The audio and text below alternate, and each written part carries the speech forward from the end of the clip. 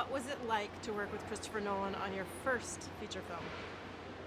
Go for it, Harry. I personally thoroughly enjoyed myself.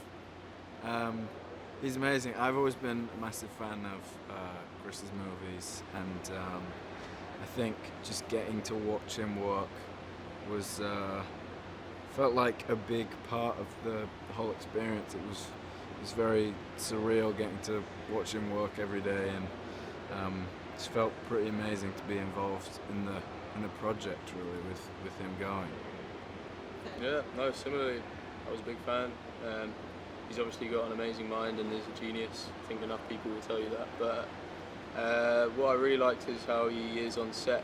It means that he creates a very kind of close, kind of intimate vibe, even though you're surrounded by these huge scale sets and massive warships and Spitfires overhead. He's very present all the time, very hands-on.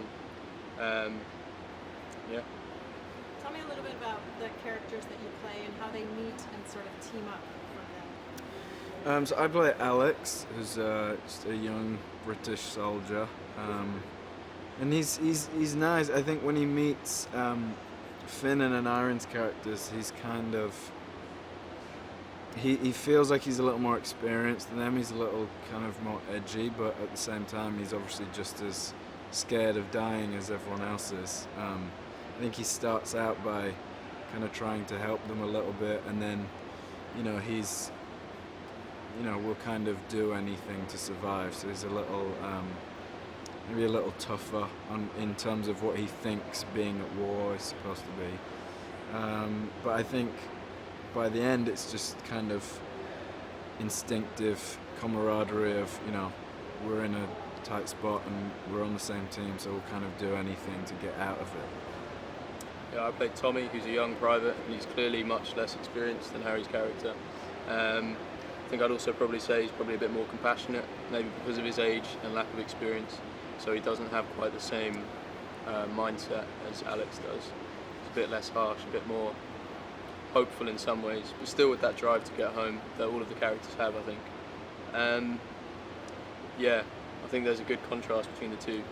Between all three of us, actually, between me, Harry, and Iron, we're all very different in lots of ways, but all with the same objective. And how did you, if you did, physically prepare for the role? Did you do any special training, or?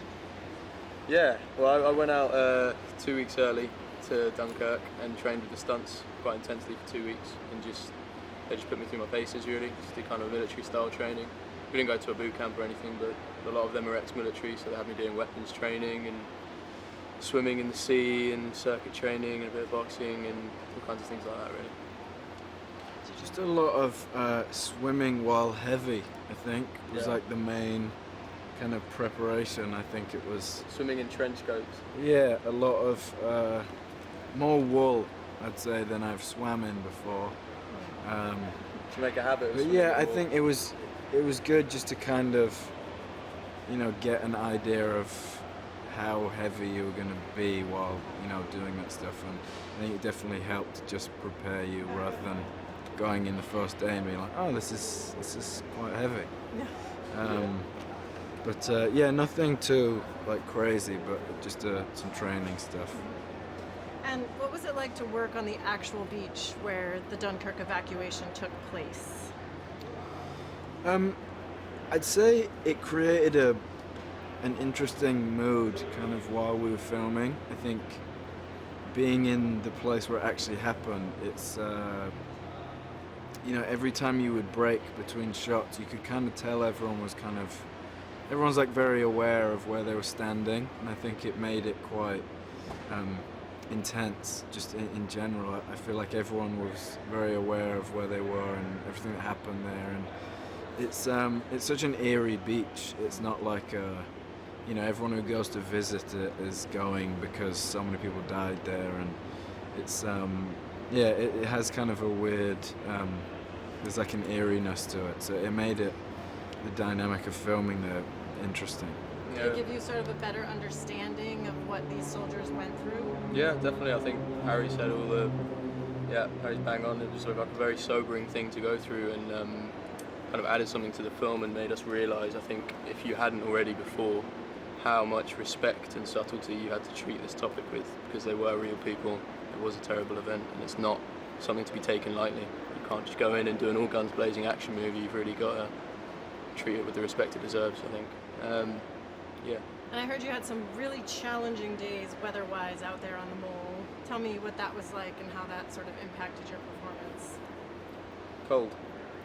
Yeah, I think it was just very cold. I think it helped in terms of it didn't require much acting in terms of the elements, and obviously you can't recreate the feeling of what actually would have been like, and the elements being tough is nothing in comparison to obviously what the soldiers would have gone through. But yeah, I think it just made it this like visceral experience of kind of having elements hit you from everywhere, and just made it so much more real than being in a studio or something and doing it that way. Use it was the phrase thrown around a lot by Emma and Chris. It's pretty cold, isn't it? It's quite rainy. Yeah, use it. And I wouldn't have had it any other way. I think if it had been done any other way, if we'd been sitting in warm tents and going out to do one shot, it wouldn't have looked as good. I wouldn't have felt as proud of it. I think there's no problem with working hard and being cold and wet for something like this. It's a very important thing to be talked about. Had you known about the miracle of Dunkirk before this movie? Or? Yeah, I think you touch on it at school, but it's not. I think it was so early on and obviously not considered a victory. So I don't think people teach it as much as you would expect, and I think there was something that's so great about the movie is that it's such a massive piece of history and an important part of the war, and I think it's such an important part that isn't told that often, and I think it's a really good look into a piece of history that's often looked over. I think the movie's amazing.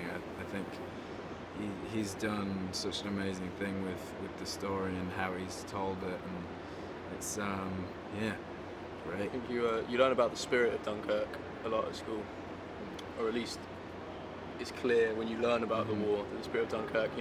Dunkirk set the tone for the rest of the war and how Britain would react throughout the rest of the war, which was a very coming together kind of thing with the British people, of supporting each other, supporting the troops to get through this time of crisis. So I think you touch more on the spirit of Dunkirk, but not necessarily the actual events that took place.